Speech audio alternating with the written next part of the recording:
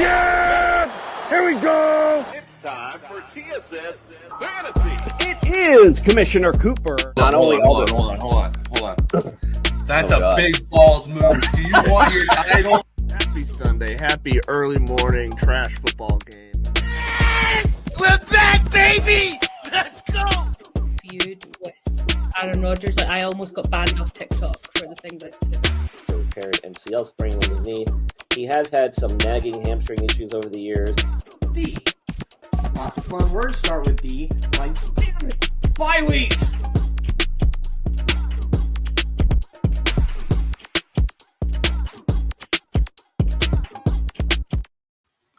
That's right, ladies and gentlemen. It is Commissioner Cooper, and it's time for TSS Fantasy. Yeah. Well, it's not Friday night. It's Thursday night. But we're still feeling all right because we got playoffs to get to tonight. So we're here to help you get things started and break it on down for you. I know we got some action going already. 7-7. Kyle Pitts finding the end zone, which is few and far between. Let's pay the bills real quick. If you're watching on YouTube, do us a solid. Give us a like. Throw your comments in there. And, of course, subscribe to the channel. Little things stopping you from doing it. Big things popping for us when we do, so we appreciate that. Also, if you are playing some daily fantasy, go to the Fast Trap app and use the promo code TSS. We'll double that deposit up to $50. So make sure you do that and get paid on Sunday. We'll give you some ultimate DFS lineups to play, so that'll be good for your wallet as well. And then if you're looking for some championship bling, because we're about to get a fantasy champion, look no further than Pro-Am Belts. Let's get the introduction started. Welcome to the studio, Justin Jesus Herrera.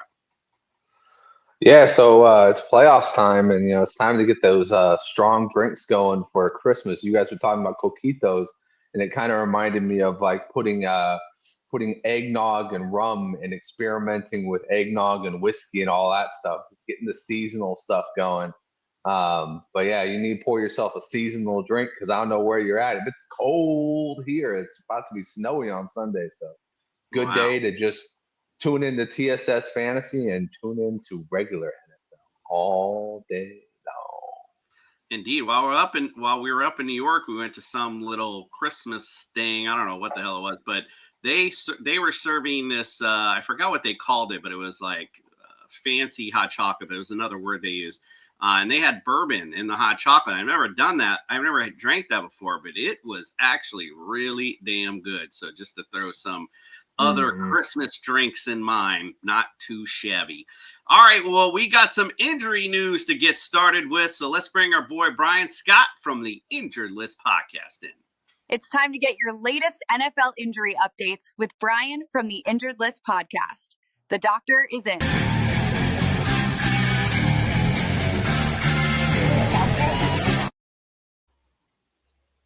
There you go.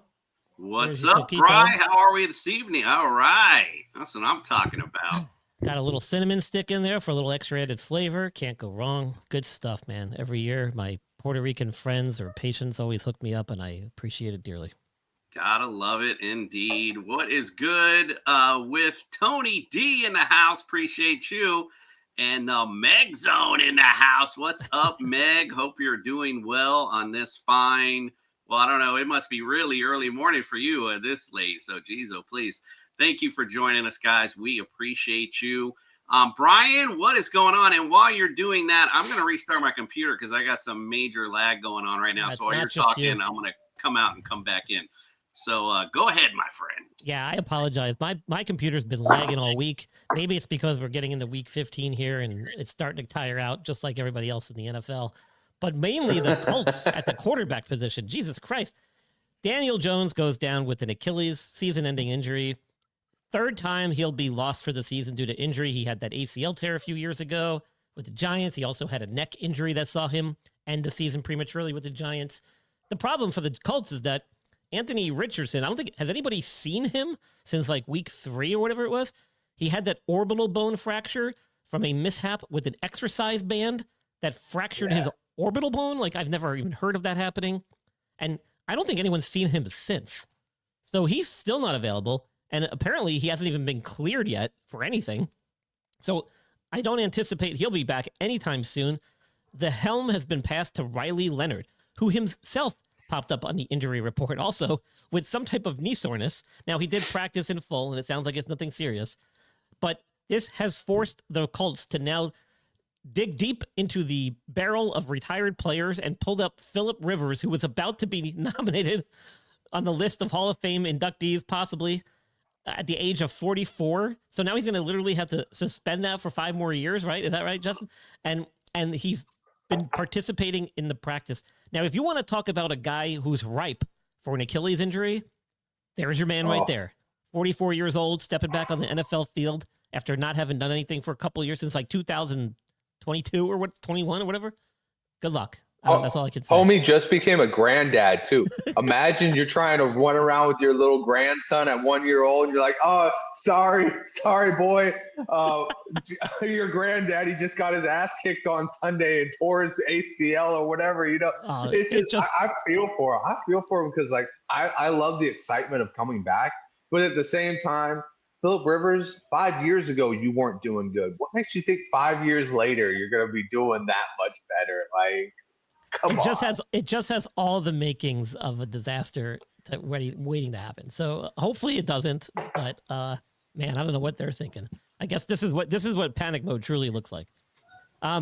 Moving along, we got Jaden Daniels left the game this past weekend after kind of re-aggravating that elbow. Now, by all reports, he didn't re-dislocate it. It just sounds like he bumped it up and it got sore, and it's going to be like that for the rest of the season. So I don't know if we were even going to see him back at any point. They already ruled him out this Sunday.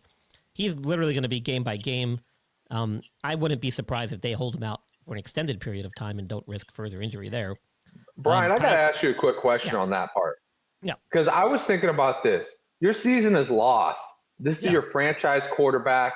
Do doctors have any say as far as like, is it just passing along medical advice? But do they have any say as far as going like, hey, hello, this dude is going to be your future $100 million, maybe at that point, like $300 to $400 million quarterback. Do you really want to risk RG3 in his ass over a season that's already lost? Like, what are these guys? Are they that desperate to put something on the field? Like, I don't know. I don't know either. All I can say is from a team physician standpoint, their job is not really to tell them whether it's in their best interest to play these guys. Their job is solely to look out for the individual athlete, their health, and their well-being. So if they feel that he's at risk, they would not clear him. They would tell the team he's not able to play. And if the team goes against that, they could potentially be in violation of NFL rules or contracts. So they're not going to risk that because they could get fined. They could potentially be fined heavily and penalized in some way, shape, or form, going against the medical advice of the team physician. And there's backing from the NFL Players Association on that kind of stuff too. So if things got a little rocky in that regard, the healthcare team can go right to the NFLPA and raise hell with the league if there's any issues about them overstepping their boundaries or disregarding medical advice. So this is usually what happens in this scenario is the doctors are basically saying, listen, he's cleared to play. Here's the risks. Here's the benefits. Here's what you should look out for. But, with his injury, it's not unrealistic for him to be able to play and get back this quickly. It's not. We do it quite frequently. And in a sport where it's not his dominant arm, he doesn't throw with that arm. As long as he can protect himself from further injury, whether it be with a brace or without, medically speaking, he's cleared to play. So it then becomes the team's decision about whether they want to risk him going back out there, whether they think they need him or not.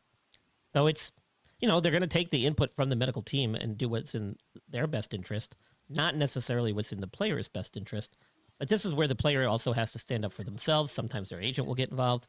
And if they need to, the head athletic trainer, the head medical person who oversees everything medical related, who's usually one of the staff people on the organization, can have the final say. Now, you'll sometimes get pushback from coaches and some of the players themselves in some cases, but ultimately you have to do what's best for the player and their overall health and longevity in the league.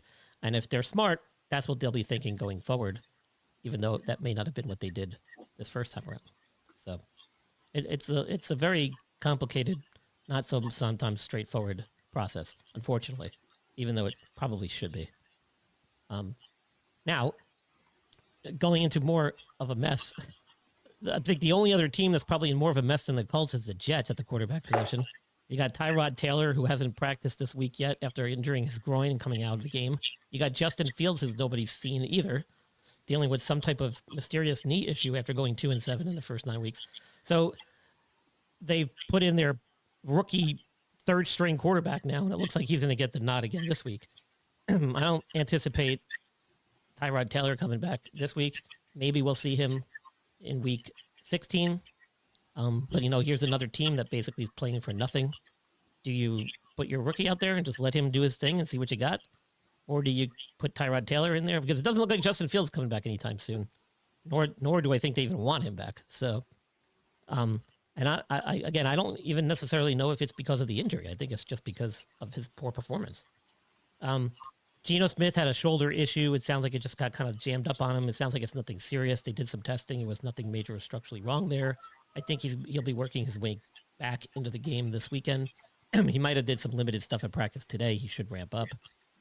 At the running back position, Achane had some rib injuries. It sounds like there was no fractures, probably just some contusions or sprains. He looks like he's going to be good to go, though, this weekend. They're pretty optimistic he'll be available. Josh Jacobs has been dealing with some knee swelling. Apparently, this was an issue that he had earlier in the year, and I think maybe even in years past, where he just gets swelling from time to time in his knee, but an MRI didn't show any major structural damage or injuries to the knee. However, in the past, he has missed some time because of this. So this is something to certainly keep an eye on. I don't think he practiced at all this week as of yet. He might get some action tomorrow, Friday, in practice, but this could be a potential game time decision here. So it's certainly something to watch out for because he has missed time with this particular problem in the past. We don't know what's causing the knee swelling. It could be a chronic thing that pops up from time to time, in which case that would be the best case scenario because he could probably get a handle on it. But it doesn't sound optimistic about this week because he didn't go so far as to say in press conferences today when being asked by reporters whether or not he's going to play. He wouldn't commit. So sounds like he's not 100% sure himself. Speaking of the Jets again, Breece Hall apparently not practicing due to some knee soreness. I don't think this is anything serious. I do think this is probably related to his ACL injured knee from a few years ago. He's probably going to have this happen from time to time throughout the rest of his career, but it didn't sound like it was anything serious. I anticipate he'll probably be available this week. The Cardinals made it official. Trey Benson will not come back this season. He is officially done. They had until tomorrow, I think, or one of these days this week to activate him, and they've officially said no, which we kind of saw coming. Alvin Kamara, it looks like he's going to be in yet another week. I think we originally said about 2 to 4 weeks, anytime they're within, and we're heading into week 3 now. He'll probably miss. He hasn't done anything on the practice field this week. We'll see if he does anything next week, ramping up his activity if he's ready to come back week 16. Woody Marks should be good to go. He had a limited session today, Thursday, but it sounds like he's treading in the right direction. It doesn't sound like anything serious. He should be in there. And Nick Chubb is probably not going to be in there because he missed his second day of practice with the rib injury. Again, they haven't said if it's fractured or sprained or what it is, but 2 days missed. I don't see him coming back from that. Those are pretty painful that it can take a while to get better. Chris Rodriguez with a groin injury. He did not practice on Wednesday, but he did get in a limited session today. He'll probably work his way up. I expect before being cleared or before being activated for the game, he will get a full practice in. That's the only way to really test it out. So it could be a questionable tag, could be a game time decision. Dylan Sampson of the Browns was a second straight day of not practicing with calf and hand injuries. But keep in mind, he was one of 10 Browns players who didn't practice on Thursday at all. So the Browns, as a team, are taking a big hit there as they head into Chicago this weekend. That could be possibly Sampson could possibly not be available or questionable. Keaton Mitchell was a full participant today, coming back from a knee issue. Sounds like he's actually going to be good to go. The team's optimistic. And early on in his injury, they were optimistic he'd be ready. Surprisingly, C.D. Lamb practiced in full after what looked like a pretty nasty concussion. He actually was lights out, had that posturing position with decorticate positioning with his arms flexed to his body, which is always a sign of a traumatic brain injury. And miraculously, he was back on the practice field full. Now, he did not get cleared necessarily, but that is one step closer to getting cleared. He'll still need to be symptom-free and get cleared by an independent neurological consultant. That can happen anytime between now and Sunday when they play. So something to look out there. Devontae Adams did not practice 2 days. with this hamstring thing that crept up on him, but apparently was doing some light rehab work on the sideline. So it sounds like it's probably nothing serious. He had something similar earlier this year and did not miss any time. He's a veteran. He doesn't need much time to get better. I think he's just being cautionary here. So we should see him. T. Higgins, I don't think we're going to see him for at least another week. Probably came back too soon from that concussion he had in week 13 because he went right back into concussion protocol on Monday. Apparently, he may have hit his head again on the field late in the game this past weekend. That's concerning. Whenever you have repetitive head trauma like that, it's a cumulative effect on the brain, so it makes the possibility of a concussion moving forward much more likely, and the severity could be much worse. So if the Bengals are smart here, he will not be ready to go this week, which I don't see happening. He hasn't practiced yet. Or, I'm sorry, he was in a very limited, and I use that in quotation marks, very limited practice session today, so he probably didn't do much anyway. But I think it'd be foolish for them to risk it and throw him back out there this week. We'll see if he does anything next week. DK Metcalf was hospitalized with some stomach pain after the game this past weekend in Baltimore, but turns out everything checked out normal. He was released with the team and made it back home. Just more of a precautionary thing. I always think about Chris Sims and his ruptured spleen from several years ago when playing in Carolina, and he actually played through the game and then was found to have internal bleeding of his spleen and had to have emergent surgery and transfuse blood. It was kind of scary. That's potentially serious. So it sounds like everything ruled out okay. And DK Metcalf, I think, was full practice today, so that's good. Rome Odunze, early reports when he first went down with his foot injury said stress fracture. That usually means automatically several week absence, but then he's been limited the last 2 days at practice. So maybe it's not as bad as we originally thought. Still not sure if he's going to be available this weekend, but certainly something to watch closely on a day-to-day basis here as we move closer to the weekend games. The Jets, I mean, Garrett Wilson's also apparently nowhere to be found. He's actually available now to open his 21-day window, and the Jets have not yet done that. He's been on IR since week 11, so 15 would be when they can activate his 21-day window. They haven't done it. We might not see him at all the rest of the way. That wouldn't surprise me, the way that their season's going. Marvin Harrison, apparently this heel injury that he has now may be worse than we initially thought. Second straight day he was not at practice. Now, apparently, Jonathan Gannon's supposed to update the press tomorrow before practice about his status going forward, which that could end up being bad news. We'll have to see what happens. Doesn't look like he's going to be out there this week, at least. Could potentially be longer. We'll have to see what he says. Matthew Golden with his wrist, he was limited with this nagging wrist injury that he's been dealing with since week 12. He missed a couple of games because of it, and then got in the game this weekend for 5 snaps. I think they threw the ball to him once, and he had no catches. So I'm not sure what to expect out of him this weekend. Probably not much, even if he does play. But he's still carrying that injury with him, and it seems to be affecting him. Parker Washington, limited practice on Thursday after missing the game this past weekend with a hip injury. So it sounds like he's working his way back. I'm not sure if he'll be ready. Terrible injury for Zach Ertz. It looked really nasty. Turns out it was, in fact, an ACL. Luckily for him, his foot was not planted when the injury happened, so I think that spared him a multi-ligament injury. However, at the age of 35 and having played 15 years in the league, this potentially could be career-ending. When you also consider that it's now week 16 that this happened, that almost eliminates all of next year. So now you're looking at possibly returning maybe for a few games next season, if at all, and then not until a full season for 27, 28. That's a long time away, man. And at his age, you have to wonder if it's even worth it anymore. Hopefully he doesn't make a decision right away. I think he'll probably take many months of rehab before he decides whether or not he's going to do it. But a devastating injury at a pretty critical point in one's career. You don't want to go out like that. Unfortunately, he possibly could. David Njoku, no practices so far this week. That's not good news. He's dealing with some type of knee issue. He's a pretty tough guy. Usually if he can go, he'll go. So the fact that he hasn't practiced 2 times this week is concerning and possibly means he's not going to be available this weekend. Jake Ferguson popped up on the injury report with the calf injury.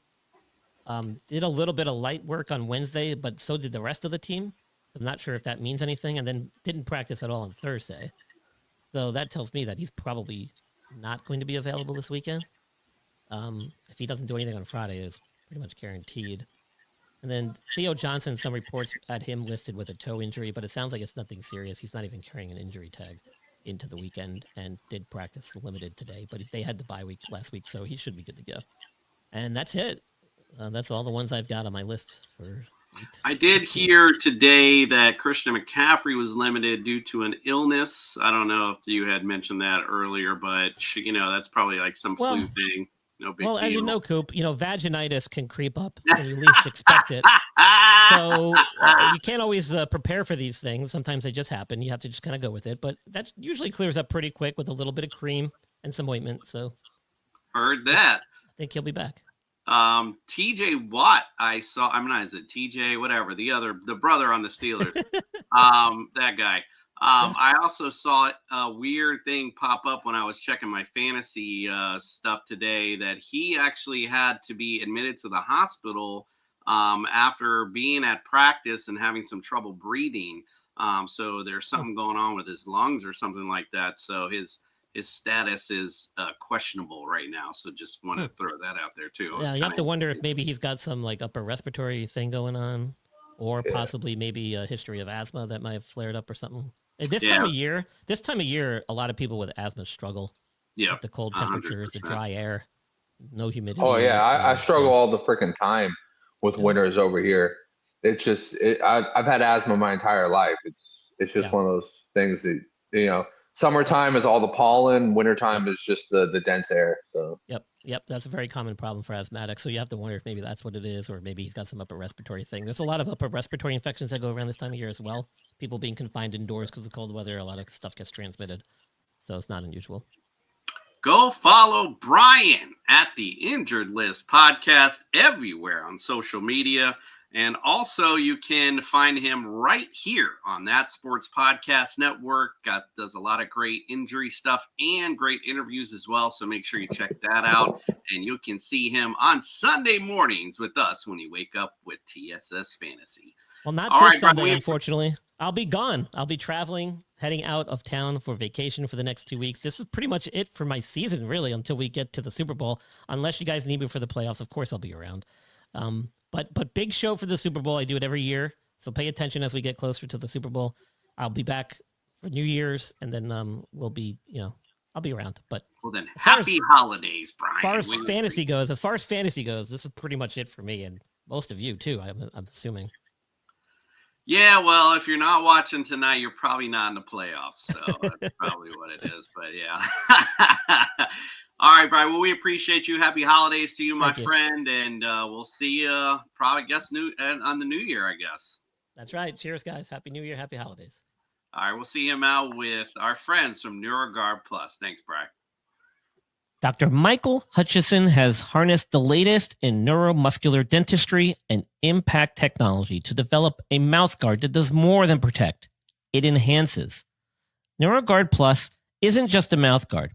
By focusing on the jaw's physiological position, it provides an added layer of neuroprotection, significantly reducing the risk of sports-related neurological injuries. All athletes should be using a custom mouthguard designed to their bite position. NeuroGuard Plus was created as a means to maintain your physiological jaw position regardless of your bite. The appliance is designed to optimize your upper-lower jaw relationship to improve your strength, your balance, your oxygen intake, and drastically lower your chance of a concussion. Independent studies have shown that the NeuroGuard Plus will provide you with improvement to both upper and lower body strength. The same improvements were not present with a common mouthguard. Over 6,500 athletes have used the NeuroGuard Plus. Dr. Hutchison is happy to say that the amount of diagnosed concussions is 0.2%. The NeuroGuard Plus offers athletes, coaches, and parents an advantage to keep their players safe on the field. If you or your child actively participates in athletics, they need to be protected from the dangers of repetitive head trauma. Get your NeuroGuard Plus mouthguard today.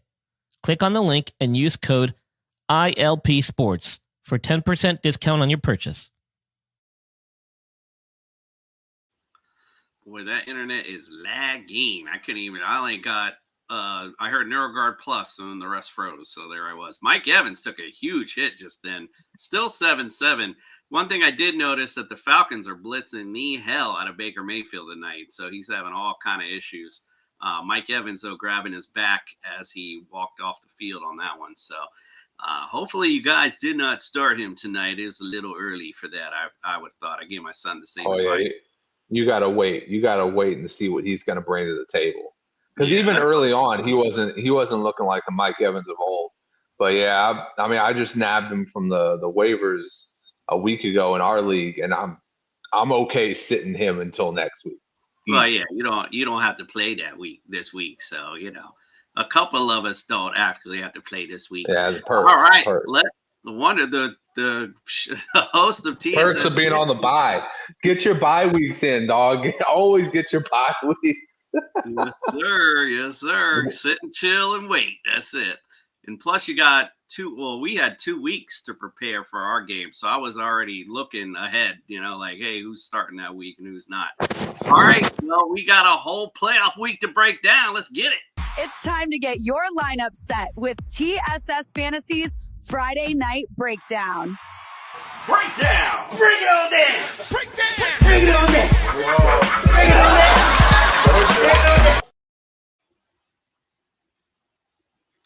Bucks kick a field goal. It is 10-7 Bucks. 2 minutes, a little over 2 minutes to go in the first half. All right, let's get this thing broken on down. A great game to start out with for fantasy implications. Baltimore Ravens are visiting the Cincinnati Bengals. Baltimore 20th against fantasy QBs. They are 22nd against running backs, 23rd against receivers. They're 7th against tight ends. The Bengals 30th against QBs. They're dead last against running backs, 5th against receivers, and they're dead last against tight ends. So what say you, Justin, on the Baltimore Ravens? So Lamar looked good last week, and he's healthy this week. He opened up with a questionable tag, but that seemed to wipe away by Wednesday, which was great. I think you got to go with your heavy hitters in this game. You just got to go with your Derrick Henry. Go with Lamar Jackson, because I think this is going to be a little bit more Lamar centered than the last game was. And as far as the receivers, I don't even trust Zay Flowers in this game. I know he's got to get it to somebody, but Lamar Jackson can sometimes be like Josh Allen. He can supply guys that are on the bench that you never even heard of with a touchdown over Zay Flowers. So I think you kind of leave Zay Flowers off. Mark Andrews has not instilled a lot of faith either. Isaiah Likely is a hell of an option if you really need like a flex, or if you're short tight end. He seems to have gotten on Lamar's good graces, and NFL, that should have been a touchdown. Like, nobody here is thinking that shouldn't have been a touchdown. He put 3 steps in before he lost that ball. Everybody fucking saw it. Everybody knows it. That was bullshit. But anyways, I think that those 3 guys are the best options: Lamar, Derrick Henry, and Isaiah Likely. So this is pretty simple, because you're definitely, Joe Burrow to me in this matchup. He's a top 12 QB this week. Jamar Chase with no T. Higgins should shine this week as well. I would mention Oshivas, but the other guy I'm really going to mention is Mike Gesicki. When Joe Burrow's in this lineup, he gets that ball to Mike Gesicki, I have to say. So he's kind of pulled up to me as far as, and again, this is the playoffs, so you don't want to mess around too much. But if you got some guy you're not certain about, Mike Gesicki is a great option, especially with Joe Burrow in this lineup. So, he's moved up to that, almost out of that first tier for me. So I like that. And, again, Oshivas, everyone picked him up when Jamar was out, thinking, he would, and he did okay. But usually when Oshivas does good is when T. Higgins is out. So this is where I could see Oshivas having a good day. And of course, you got to go with the running back as well, Chase Brown. I mean, he's been killing it, especially in PPR. So, again, this is you play your studs in this one, and I wouldn't even think about any of these defenses in this matchup. All right, let's go to the next one. The Raiders going to Philly to face the Eagles. Raiders against fantasy QBs are 17th. They're 24th against running backs, 28th against receivers. They're 4th against tight ends. On the Eagles side, 14th against QBs, 23rd, against running backs. Huge shock to me. 13th against receivers, and they're 3rd against tight ends. So, Justin, who you like on those Raiders? No one. Like, seriously, like no one. I'd be okay with Brock Bowers, but even that, I'm like, Kenny Pickett is starting. Like, at this point, he's so bad. He came in for a series, and people were saying throw Geno back out there, like, because he was that fucking bad, dude. Like, they're trying to rev this up, like, oh, former Super Bowl quarterback returns to play his old team. We're just like, nobody actually thinks that Kenny Pickett was ever like supposed to get a Super Bowl ring. Like, he got it because he was like the 3rd string guy on the Eagles. Brock Bowers is the only one I feel comfortable, and that's just because he could literally take a dirt ball and make it a touchdown. So I'm okay with getting Brock Bowers, but even Ashton Genty, I think they're going to be so focused on stopping the run in this game that, it's just going to be loaded boxes all the time. They're going to be sacking Kenny Pickett. This is going to be 3 and out, 3 and out, 3 and out. And you're just hopeful that one touchdown gets on the board for the other Raiders in this game. And if the Eagles really do choke on this game, then it's game over. That Eagles fly 13 in here, dude, if you guys lose to the Raiders, just chalk it up. You're done. You're over. If you even let the Raiders within 3 points of the final score in a loss, it's done. You're over. Yeah, so I feel like this is going to be a get-right game for the Eagles offensively. Obviously, Jalen Hurts, to me, at least top 12 QB, probably on the lower end of that first tier. Love Saquon in this matchup. I'm going to say, I would say, oh, wow, big bomb there. Woo! Atlanta, like, coming with it tonight, boy. Kyle Pitts, where you been all year? So, yeah, out of the receivers of the Eagles, I feel like this is a Devonta Smith game. I feel like this is the one. I know he's been getting targeted a lot, but not a lot have been hitting. I think that they're going to get right with Devonta Smith in this particular matchup. I still obviously going to start A.J. Brown. And Goddard, to me, more on the low end of the top 2 tier this week. So the Raiders have been pretty good against tight ends. So that's how I see that one. All right, let's get to the next one. We got Arizona at Houston. Arizona against fantasy QBs are 12th. They're 29th against Kyle Pitts again, touchdown. 29th against running backs, 17th against receivers, and they're 25th against tight ends. Houston, number 1 against QBs. They're 9th against running backs, 3rd against receivers, 5th against tight ends. Who you like on them Cardinals? Somewhere Meg is doing her Falcon dance. I don't know what it is, but she's got a dance. You said for the Cardinals, right? Yes, sir. Yeah, so it's hard. I don't really like anybody on the Cardinals, and it's not because they're not good. It's because this defense is so fucking good. I think this is once again, for me, I have a lot of Michael Wilson, and I don't feel safe putting him in a flex spot in a championship because every game in the playoff is your championship, right? You got to win it to move on to the next one, to the next one, to the next one. So I don't feel comfortable playing him. I definitely don't feel comfortable playing Jacoby Brissett. I think the only one I feel comfortable playing is Trey McBride. And even that one is kind of sketchy for me because I'm like, this offense could totally get annihilated. Like, we could have Jacoby Brissett on his back the entire game. You very well could and probably will see that. I kind of am okay with Wilson, the flex, if Harrison's not there. Only because they just target him so damn much. It's like, geez, oh please. But he's been a great waiver wire pickup, by the way. As far as Houston is concerned, this is, to me, the Woody Marks game. Arizona not really good against running backs this season. And as you mentioned, we'll probably see Jacoby Brissett on his back a lot in this particular matchup, which game script tells me they're going to be running the football a lot. Houston is anyway, especially as they get up. So I like Woody Marks a lot, really, in this particular matchup. Nico Collins is starting to come back up a little bit. So, he's more still, to me, like in the flex range still hasn't really earned those stripes.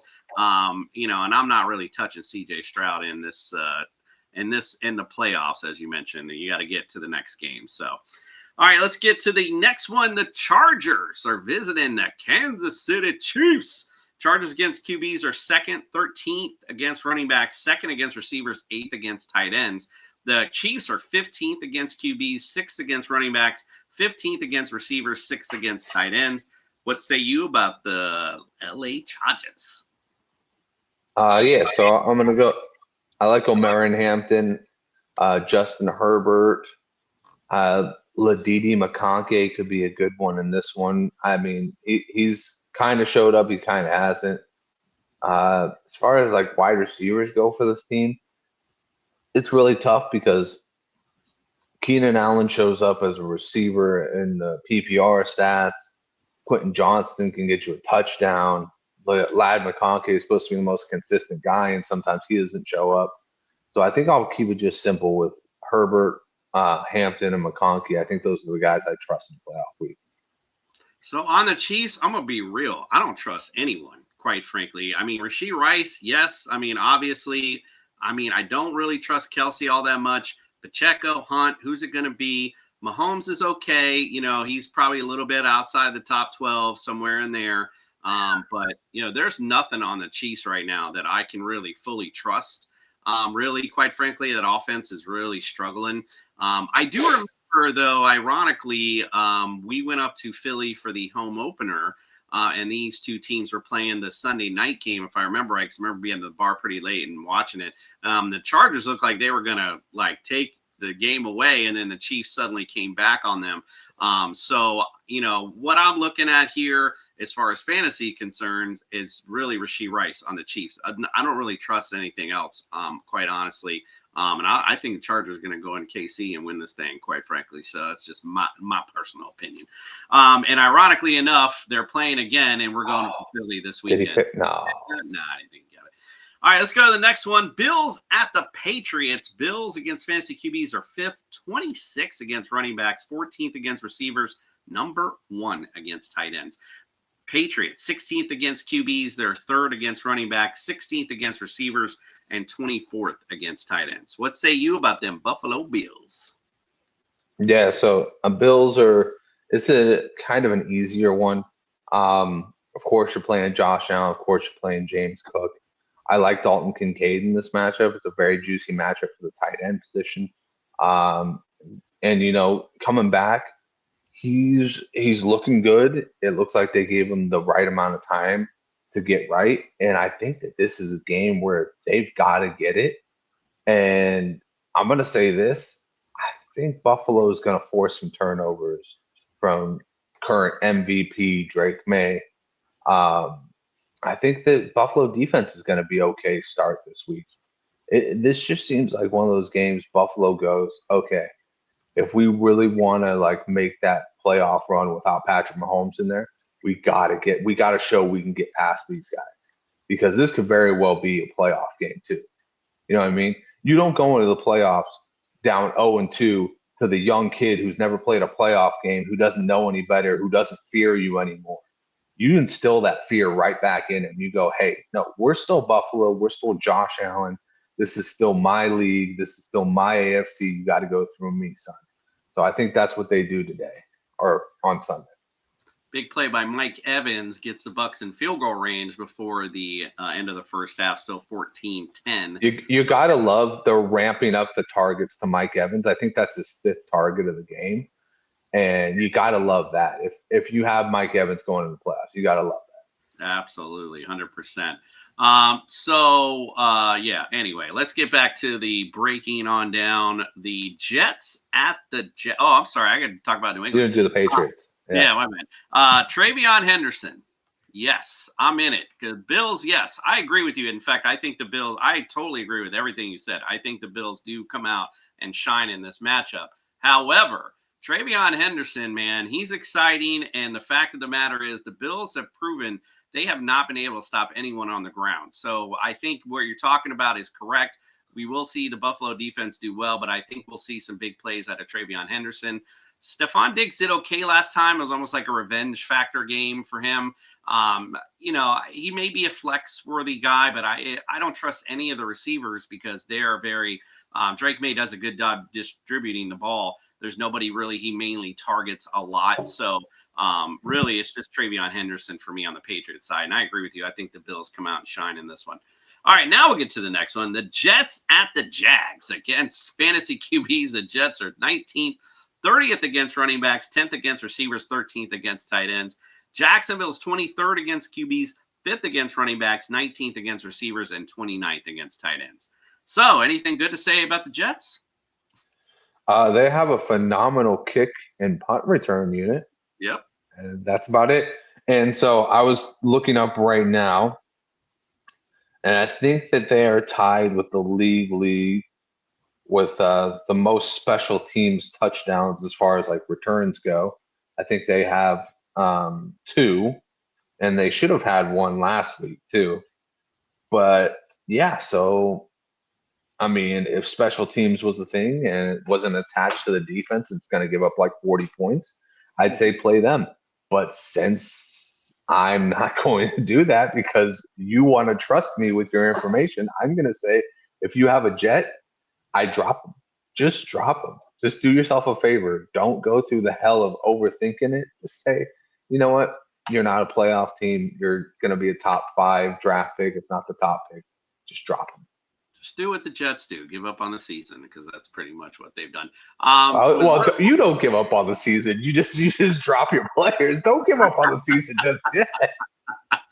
I meant as far as them is concerned, as far as the Jets are concerned. It's funny because we were at the game last week, obviously up in New York. 2 funny things. One, that's all I was yelling to Fred and the rest of the crowd is like, that's all you got is special teams. And then the funniest thing though was, of course, as we walked in, Fred says, well, it's going to be 28-0 Jets by third quarter, so we'll be getting that Uber early. So, of course, the entire game, all you can hear from our section is, call the Uber, Fred! Call the Uber! Fucking guy. All right, Jacksonville, about to bring some pain this week. Travis Etienne Jr., I like a lot. Bashal Tootin had a couple of fumble issues last week, so he got an uptick in carries, and against his defense, if you're getting the uptick in carries, I mean, look what Devon Achane did. I think it was the second quarter that he went out, and he was already killing it for this week. So, like I said, Travis Etienne Jr. is a great play this week. I don't know who to tell you on the receivers. Brian Thomas Jr. actually looked like he starting to come up a little bit again, so maybe he could be a flex-worthy option for you this week. And Trevor Lawrence, mid-tier guy. If I have a better option, I'm going to go there. But, I mean, this is an easy matchup. But the biggest smash in this matchup is definitely the Jacksonville defense. Go ahead and put them in. Hope you picked them up and get them in your lineup this week.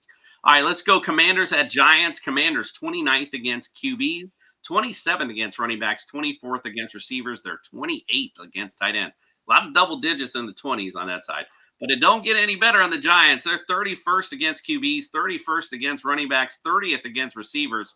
They are 9th against tight ends, so there is a bright spot. But what do you think about the Commanders? I think it's going to be a fun game. I think Marcus Mariota is going to have another one of those vintage Mariota games. That being said, I'm not telling you to trust him enough to go pick him up.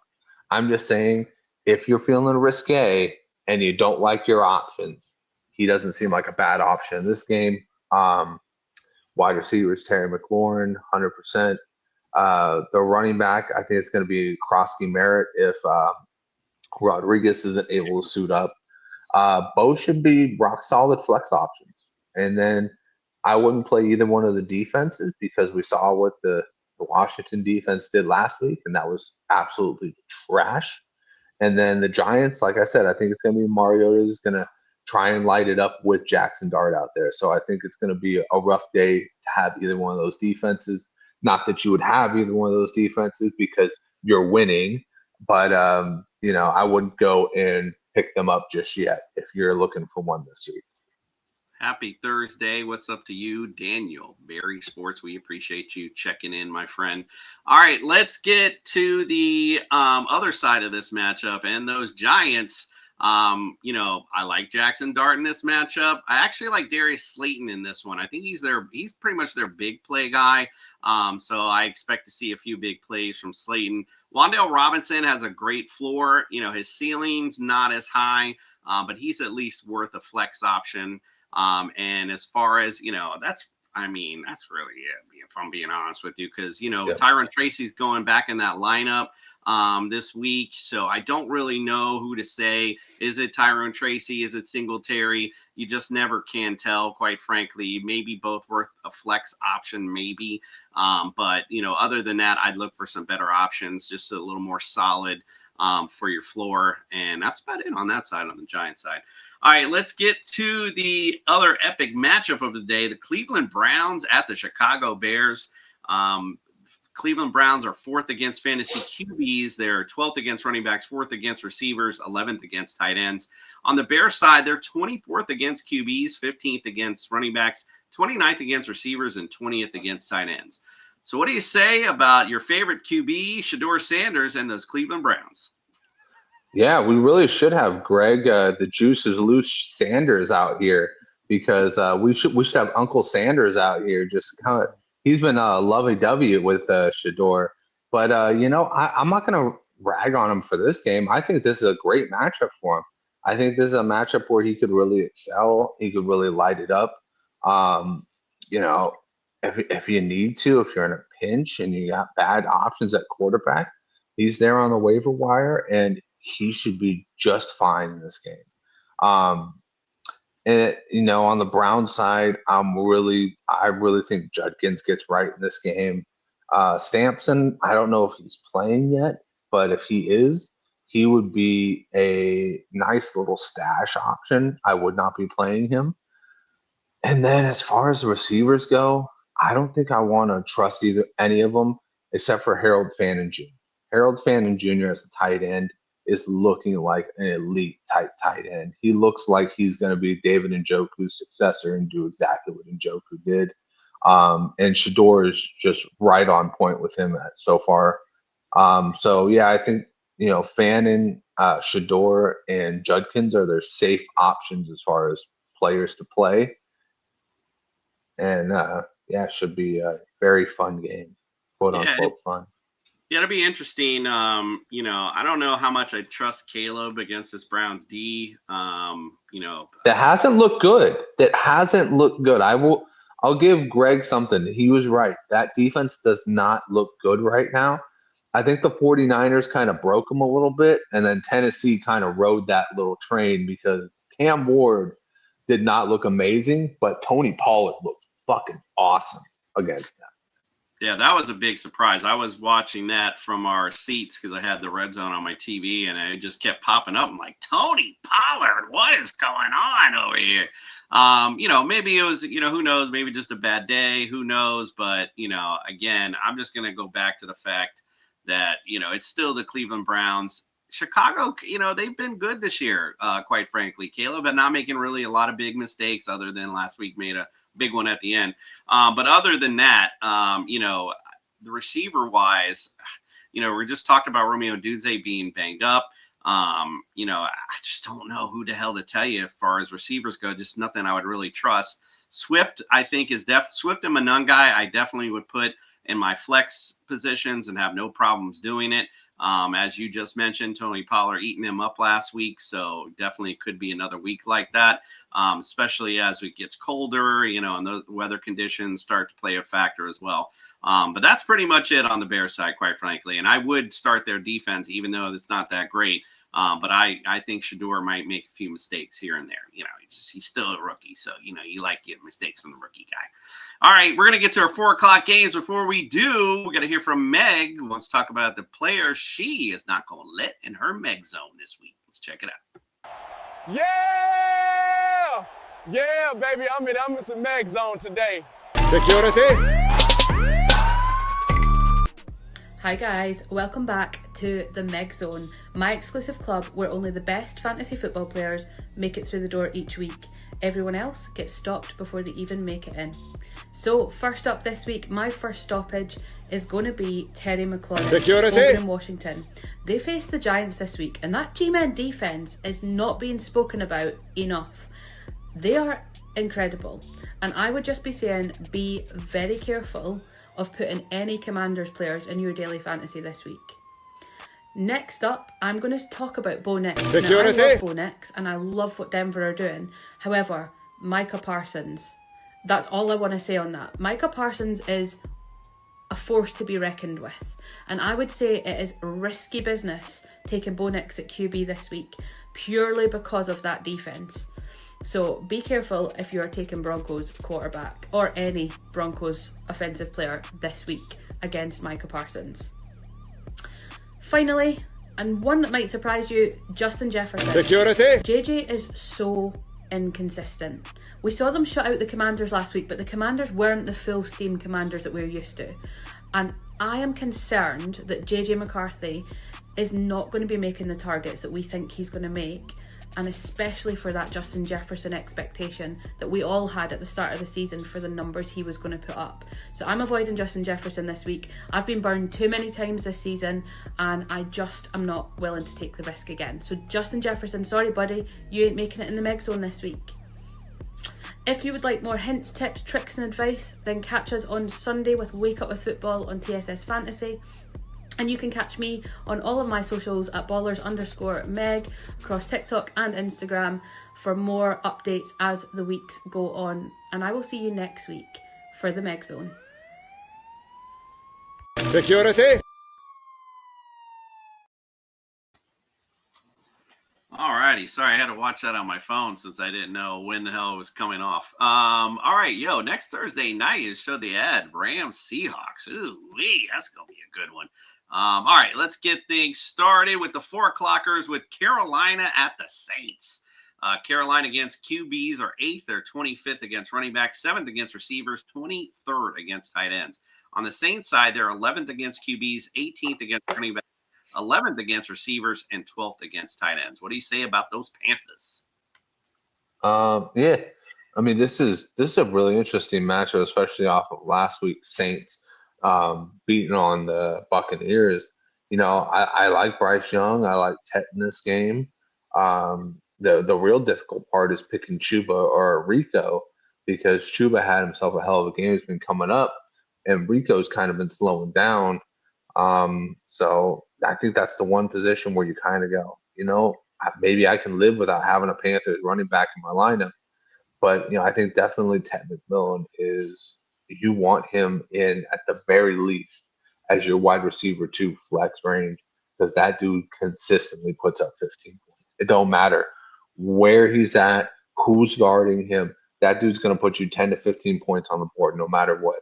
And that's his bare minimum. You get him a touchdown, 2 touchdowns, he's got you a rock solid day. Bryce Young, obviously, bottom of my list of guys you want to start.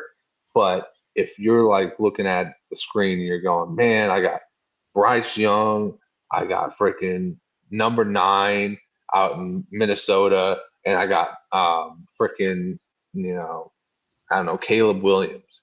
He wouldn't be a bad option at that point, because I'd be like, okay, it's between him and Caleb. And, Caleb, like you said, has been a little bit shaky as far as fantasy points. But Bryce, when he hits, boy, does he hit. He goes for these 25-point games, and you go, whoa. Maybe you are tall enough to be in the NFL. Maybe you can ride this ride. So, like I said, if you're in that type of a pinch, maybe consider it. But if you actually have good quarterbacks, if you got Drake May, if you got Jackson Dart, if you got good players out there, don't worry about Bryce. Yeah, I got a feeling if you're in the playoffs right now, Bryce Young probably isn't an option for you. So he's on waiver wire everywhere. So he's been an option all year long, and you still haven't taken it, and you've done okay for yourself. So keep on going with it. Indeed. All right, the Saints side's pretty easy. I think Juwan Johnson might be an okay play, but again, you're in the playoffs. You probably got a better option right now. Chris Olave, probably more flex worthy than anything else. There's not really much I like, even though Neal looks like he's going to be the guy at the running back position. But the Panthers aren't very good against the run. So maybe he's worth the flex option as well. But, I saw him in that game against Miami. It just doesn't look like he got it, quite frankly. So I'm just not a big Neal guy. I mean, but he might, if he needs somebody in the flex spot, he might have a decent week this week as well. All right, let's get to a good matchup. Talk about a good game. The Lions at the Rams. Lions against QBs are 27th, first against running backs. They're 31st against receivers, and they're 10th against tight ends.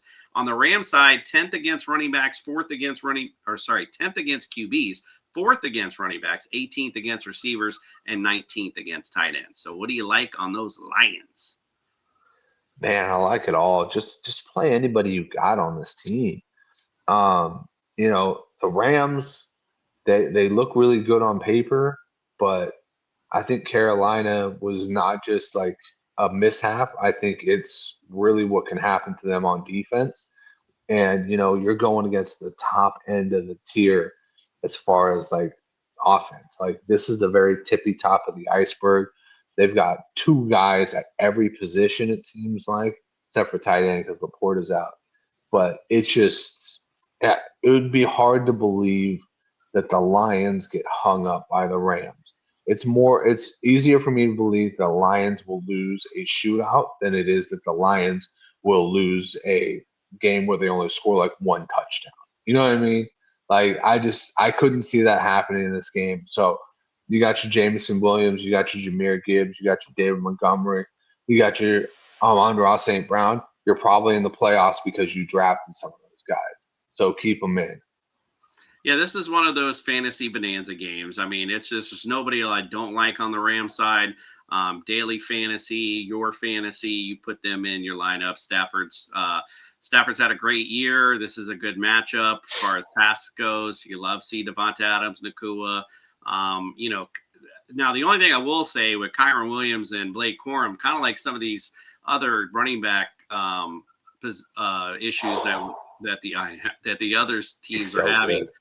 Again, I would look at them as more flex worthy, and both of them, quite frankly, I think are flex worthy in this matchup. And, whatever tight end, Colby Parkinson, whatever the hell tight end du jour the Rams come up with, they're not sniffing my lineup. So, but I like everything else, especially on both sides of the football. This is going to be one of those fantasy bonanza games. So get somebody in there. All right, let's talk about the Colts at the Seahawks. Colts against fantasy QBs are 13th. They are 12th against running backs, 27th against receivers, 26th against tight ends. The Seahawks, 9th against QBs, 7th against running backs, 6th against receivers, 31st against tight ends. What say you about the Indianapolis Colts? Man. Phillip Rivers. I think Brian said that Riley Leonard's going to go in this one. And that's going to be interesting because, man, Riley didn't look bad. He really didn't look bad last week. But I fear so much for this team. You have to put Jonathan Taylor in, even though it might not be a great matchup. It's tough. I would probably say Ty Warren is probably your best option for like a startable guy that's going to hit his projections. The wide receivers, Pittman might be a good option, but man, you got a rookie quarterback who's got a first grade or grade 1 PCL tear, and you got a 44-year-old quarterback backing him up. It just sounds like you're gonna have a real rough fucking day. If I have any of these Colts, I'm playing Jonathan Taylor for sure. With confidence. If I don't have a backup tight end, I'm playing with Tyler Warren probably with some good confidence. And then outside of that, I'm probably pulling every Colt I got. So this one's pretty easy for me. Again, depending on what you have. Sam Darnold might have an okay day. Okay. I'd flex Kenneth Walker or Zach Charbonnet. Both about the same as we were just talking about the Rams and a few other running back I think JSN, obviously, smash start as always. And as you you said, I think last week, that AJ Barner up and down. But the biggest thing in this matchup is get that Seattle Seahawks D in there. You remember what happened the last time that they played a rookie QB. Ooh-wee. I think you're going to see another performance like that again. They've been great all year long. Makes me kind of jealous, or wish the NFL schedule makers would have went the Seahawks against the Rams this week, and then next week I can start the Seahawks against these Colts. But unfortunately, not how it played out. So that, I think, is going to be the best smash start in that matchup. Let's go to Green Bay at Denver. Green Bay against fantasy QBs are 7th, 10th against running backs, 12th against receivers, 17th against tight ends. Denver 6th against running backs, 2nd against receivers. They're 2nd against running backs, 8th against receivers, 21st against tight ends. What say you about the Packers? Love this matchup for Jordan Love. If Josh Jacobs plays, you got to play him. Christian Watson has just been on a heater, man. He is looking like that number one that we always thought he could be. And as far as like all the other, I thought Wicks was going to be a thing. Look, turns out he only shows up for holidays where you can eat. That's the only time he eats is on Thanksgiving. Romeo Dobbs has been absolutely like regressed back to what he was before. And, the tight end, Luke Musgrave, has not shown up. We're starting to realize Tucker Kraft's going to get a contract because it's not just, the system. Luke Musgrave is not showing up. Like, he's supposed to be the faster one. He's supposed to be more like a slot receiver. Yeah, I guess it's called bullshit on that one because he has not looked good at all. But yeah, it's going to be a super interesting game. And you know what? I would put some money on the Packers getting the Bo Nix a couple times, maybe even forcing a fumble. Bo's been a little bit risque with the ball this year, and he's had some turnovers. So I would not be surprised if Micah Parsons treats him like a rag doll for at least the first 3 quarters. Then Bo turns it on. Yeah, but there's some reason this Broncos offense just seems to turn on 1 quarter left. So, but Bo Nix, definitely not somebody I'm looking to start this week. Quite frankly, on the Broncos side, there's not much like I'm confident in. Anything else is really a flex option. RJ Harvey, I'd throw on my flex. Same with Sutton. Those are flex guys to me. That's just where they're at. And Bo Nix, like I said, this week, this is kind of, I feel like a good defensive matchup and not good for us fantasy players. So if you got guys in those positions, I'd kind of stay away, quite frankly, is what I would look at. All right, let's go to the Tennessee Titans visiting the San Francisco 49ers. 25th against running backs are the Titans, 19th against quarterbacks. 25th against quarterbacks, 19th against running backs, 25th against receivers, 18th against tight ends. 49ers, 21st against QBs, 17th against running backs, 22nd against receivers, and 22nd against tight ends. Not the 49ers defense we're accustomed to, but what do you got to say about your home team, the San Francisco 49ers? Yeah, I would put them in this week. 49ers defense has been off and on, but when they have somebody to pass rush, they're getting to the quarterback. So Bryce Huff has been the guy as the pass rusher.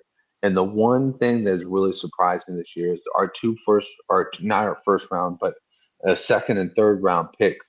We went heavy on the D line. Alfred Collins and CJ West have been absolute monsters up the middle, really getting us back to that stage where we had an interior line to stop the run. And it's been money for us as far as getting teams off the field in 3 and outs. Now, this is not a team that takes away the ball a lot. So if you have a better defense, I would put them in. But I wouldn't expect Tennessee to be scoring a lot of points in this game. As far as the offense goes, I think it's easy. The one-off caveat I'll throw out there is I feel confident starting Ricky Pearsall this week. I think Ricky's been kind of slowly integrating back into the offense. And usually when you have a high-value piece like him, Shanahan will take a bye week to scheme up plays specifically for him. So I would not be surprised if we come out of the bye week and he just lights it up, especially on like the first drive. Shanahan loves to knock it out of the ballpark on the first drive. He's going to light somebody up. He's going to do it right then and there. He's going to give them like 2 or 3 passes right off the get-go. So look for Ricky Pearsall to be getting good. And then everybody else, you know the names. Play them. Tight ends, Pollard's a flex, and that's it. Let's go to the Vikings at the Cowboys. Vikings against fantasy QBs are third, 11th against running backs, number 1 still against receivers, 16th against tight ends.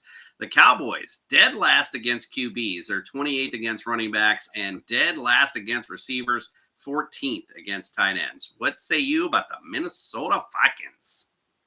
Oh, shit. I mean, here's the thing. I want Justin Jefferson, not just for my fantasy team. I want Justin Jefferson to get it.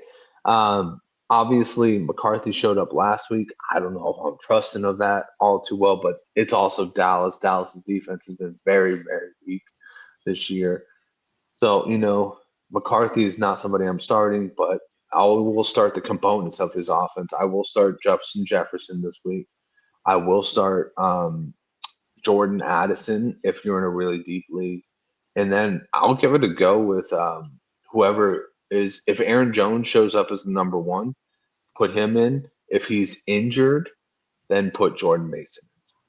Yeah, Jordan Mason would be a good start this week if there's no Aaron Jones. On the Cowboys side, definitely going Dak. I don't see how the hell CeeDee Lamb makes it to this game. I mean, the way he looked, as Brian mentioned earlier, slamming the back of his head, this did not look good.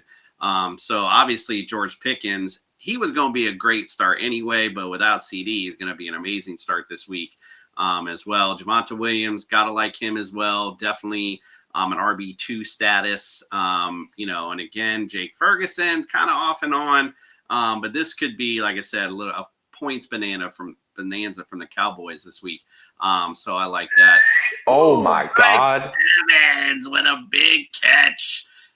Getting the Bucks down within the 10-yard line. It's 14-13 Falcons right now. So Bucks in field goal range. You think already. they missed him? They fucking missed him. Oh, hell yeah. Everybody's playing better. Abuka's catching passes. Yeah, everybody's playing that better. ball wasn't that great, quite frankly. Evans had to come back and get it, but boop. And, Mike Evans is good to go get. What a catch. That's a man's catch right there. All right, let's get to the final Monday Night Delight, America's team. And you heard it here 3 weeks ago. I told you they're coming on a playoff run. Here they come. Miami against fantasy QBs are 22nd. They are 16th against running backs, 9th against receivers, 30th against tight ends. Steelers, they're 26th against QBs, 8th against running backs, 26th against receivers, 27th against tight ends. And if you don't mind, let me take the mic real quick. The bottom line is, if you're an HN owner, you are starting him this week because, he's got you here. But don't be surprised if he doesn't see the amount of carries that he normally sees because of the injury to the ribs. So, Jalen Wright still to me is a flex option this week. And the Steelers all year have not been good against receivers. So I'm good with Jalen Waddle. He's a receiver too for me this week. Maybe we see Darren Waller. Maybe we don't. I don't know. This guy is like, whatever. But, I don't trust Tua a ton. Even in the Jets game, I still felt, he was missing things, especially when you're there, you can see it. Definitely missing some reads. So, I'm not huge Tua guy this week, but Jalen Waddle, I still think will shine this week. And like I said, it sucks for us HN owners, but, I just wouldn't expect a ton out of him this week. But he did a lot with the limited carries with the Jets, so we'll see. And if TJ Watt's out, that makes it even more sweeter. All right, what do you think, Justin, about the Steelers? Yeah, good thing you're a Devon A-Chain owner with a bye this week, so you can happily sit on there and go, I don't have to worry about it. But yeah, TJ Watt, like you said, that's the big one right there.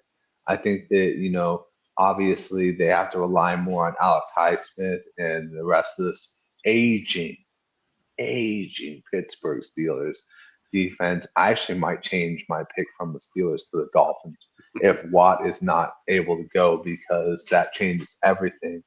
I'm going to take a note out of my Commissioner Cooper book of advice and say I'm going to go with DK Metcalf, because as the commission would say, a big body receiver is a nightmare against the Dolphins defense.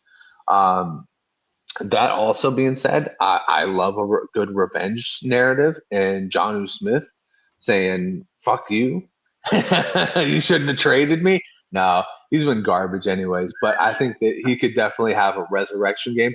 Once again, do not put anything on my word about a guy who is not on your team already. Don't do it. I'm just saying what I would possibly do if I had the options. And luckily, I draft tight end really well, so I don't need that option. But it seems like he could have a big game in this one, or at least a touchdown maybe. And then Kenneth Gainwell and Jalen Warren. I'm very happy starting Kenneth Gainwell. Very happy because they get him so involved in this offense as a pass catcher, as a runner, everything. He just looks so explosive in this offense. Jalen Warren, on the other hand, he feels like a really solid flex. If you need that third running back, you drafted running back so well, I would go for that. That was a good move on them to get Gainwell and have Warren in there. But yeah, I mean, this should be another kind of like a slobber knocker of a game. I think it's going to be in the high 20s. I mean, these two teams are really just battling each other on offense and waiting for the defense. On defense, you're just waiting for the final whistle because you just want to get their guck out of there. Miami's D's really step up as of late, so it's going to be interesting to see. Again, look at their opponents though. So, now finally starting somewhat decent. So we'll see how they look. And by the way, Sean Tucker tonight, if you're a Buccaneers owner, Greg, I know you're hating life because they get into the goal line and it's been the Sean Tucker show. He just got a flag for a face mask on him. So they're going to be half the distance of the goal for the Bucs right now. But yeah. Greg Sanders is calling his connections to Tampa right now. He's just like, I'm going to turn off your spectrum if you don't put fucking Bucky in. He already texted me during the show. He's like, they're not running the ball at all. What the hell? Oh, man. It sucks when you're in the NFC Championship game or you're in the playoffs, I'm sorry, and just not going well for you on Thursday night. There's nothing worse. All right. Well, before we close out tonight, let's get sophisticated with our boy Andrew LeDuc with his sophisticated starts of the week. It's time to bring some sophistication to your fantasy lineups with Mr. Mallard.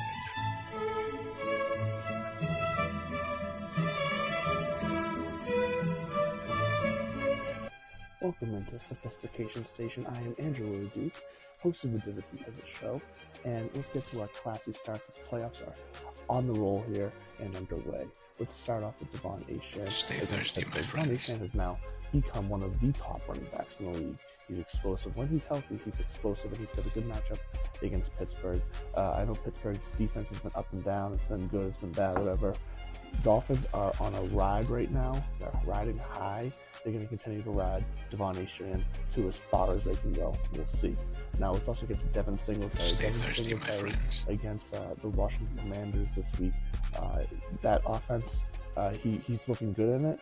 I know Tyron Tracy is back, but let's be honest, Devin Singletary, I think looks better than Tracy does. So I like Devin Singletary to still get his and still get in the end zone this week as a sleeper start in the flex position.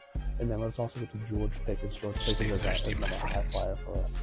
He's playing against Minnesota this week. Minnesota is kind of reeling. They're trying to figure out who they are now that the J.J. McCarthy back. I like George Pickens to continue to get open, to continue to get separation, to continue to make plays for you. So that's Devon Achane, that's Devin Singletary, that's George Pickens. I'm Andrew LeDuc. Those are your classy starts. And as always, stay classy, friends. Stay thirsty, my friends. Now go win your fantasy matchup with class. Baker Mayfield throwing a rope to Devin Culp. And listen, for a touchdown. So they're up 20-14. If you have Devin Culp in your lineup, then you need to host this show. All right, we are heading out for tonight. If you have Devin Culp on your dynasty team, you need to feed me some tips. For real. Jeez, oh please. I'm like, who? All right, don't forget to wake up with us on Sunday morning, 8 a.m. I'll be coming to you live from Philadelphia, Pennsylvania. So make sure you check us out on Sunday morning. Lots of good fun. We're going to give you some betting advice, our picks for the week, and some ultimate DFS lineups. And, of course, Fantasy Jesus and our Sunday morning cartoon. So make sure you check it out. All right, guys, well, we appreciate you joining us tonight. Send us any fantasy questions, of course, on any social media. And, of course, you can leave your comments in here. We'll be happy to answer them on Sunday morning for you as well. From us to you, we appreciate you. Good luck in the playoffs, and we are out.